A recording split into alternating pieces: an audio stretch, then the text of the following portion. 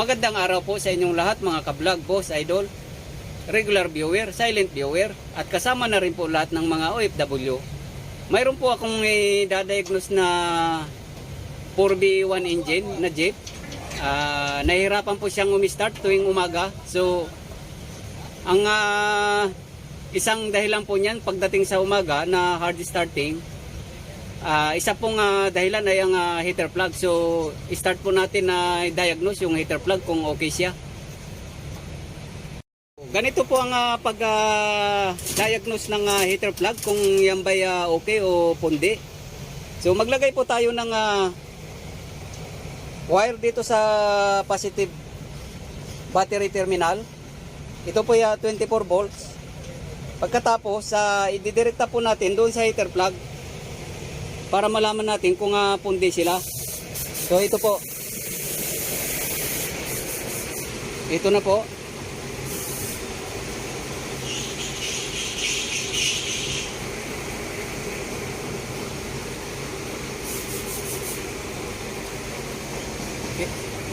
Ito po siya. So para sigurado po na live to, wala pong problema sa mga ganitong sasakyan, mga hindi naman siya masilan, mga jeep po to. So ganito po, ikikis-kis po muna natin kung kung live ba tong wire na to. Ayan po, kumikisa po. So at saka po natin itutok dito sa heater plug. So ito po, wala po siyang kislap. So naka-centralize po to kasi nandyan yung jumper, naka-jumper po siya. So lahat po to, ibig sabihin pundi po siya. Oh. So isa po to sa isang dahilan sa tuwing umaga na hindi umaandar, dahil po kailangan po niya ng init ng dyan sa internal combustion chamber. So ang internal combustion chamber po ay nandyan po nagpapangabot yung air fuel mixture na kung saan po i-compress po ng piston. Dyan po sasabog. So kailangan po niyang painitin yan. Lalong-lalo na po sa ngayong panahon ng tagulan, kailangan po niya ng init. Ngayon, pag hindi po niya mapainit yan, mahirapan po siyang umistart. So ito po, since wala pong kumisap kahit na isa, kahit isa po ang buo sa kanila, since naka-centralize po itong ano na to, naka-centralize siya, dapat kikisap po kahit na isa. So doon po tayo magtanggal isa-isa ng koneksyon kung alin sa kanila.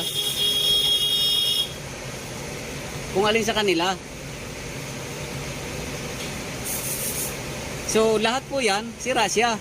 Kaya hindi siya hindi siya kumikisap. So ang mangyayari po niyan, kaya pala hindi siya umi-start sa tuwing umaga, sira po yung mga heater plug. So kailangan pong palitan yan. So kung sakaling ang kabaliktaran naman po nito, kung mahirap andarin pag mainit yung makina, so isa po sa dahilan dyan yung mga wiring naman. Pag yung mga lumang wiring kasi po, pag pinapa-start mo sa mainit na yung makina, nahihirapan na po siyang umistart kasi tostado na po yung mga wire niya.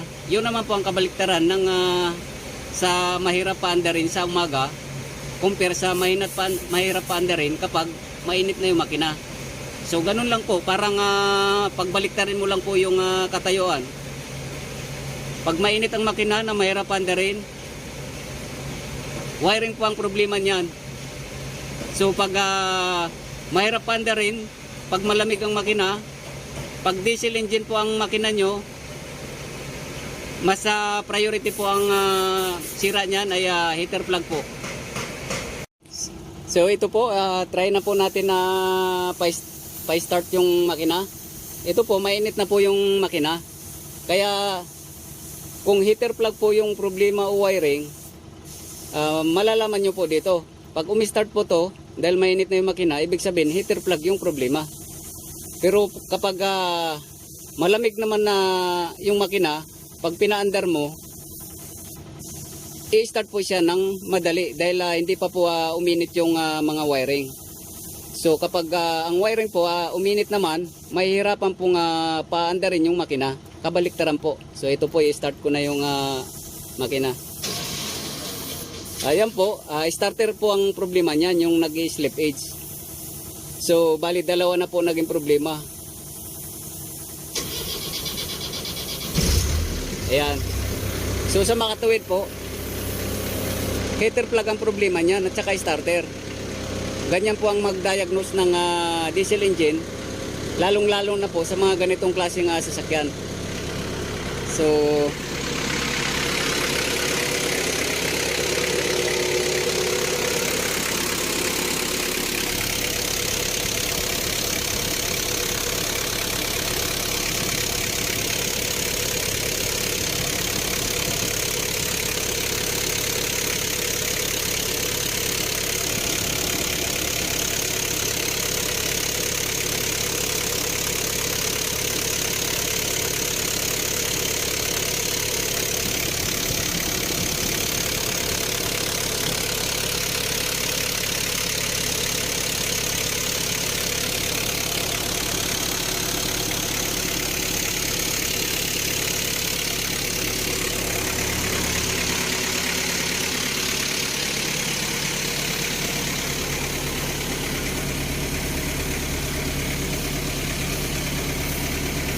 pag mga ganitong klaseng sasakyan po, hindi po ito masyadong masilan.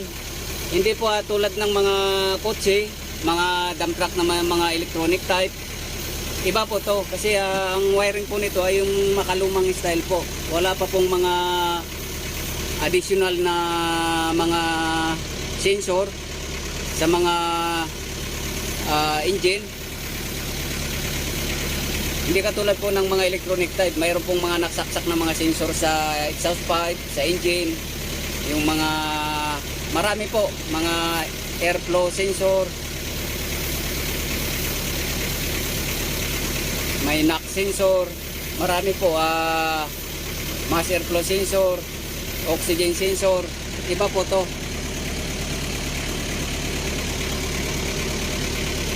Wala pong kumukontrol sa emission niya. Kaya hindi po masilan.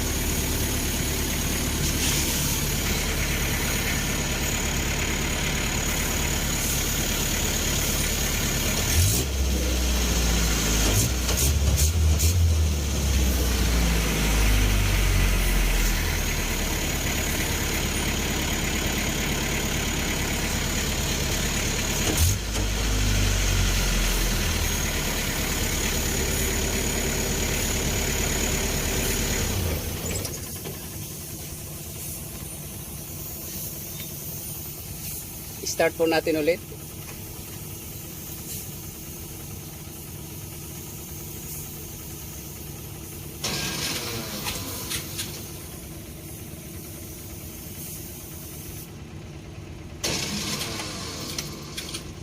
Yan po, starter po yan. Bendix drive po ang problema niyan, yung mga ganyang klase.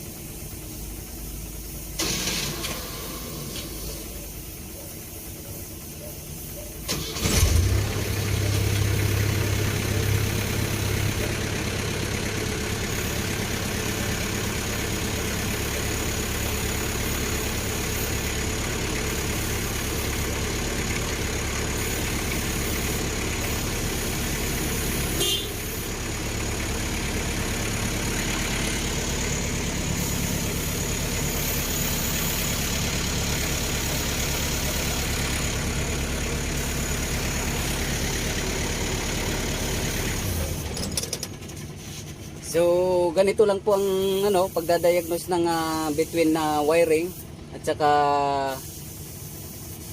heater plug at starter po. Yung starter, siya na po yung nag-slip edge. Yung electrical wiring naman po ng starting system. Kung mainit na po ang makina, tinatravel na po ng malayo,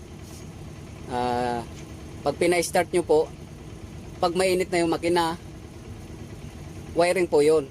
Pero pag umaga naman po na hindi pa nagsisimula sa pag-start yung makina, ibig sabihin malamig po siya. Heater plug naman po yan. So ganyan po ang pagtutroubleshoot ng mga diesel engine. Hindi to magkaiba po to sa gasoline engine.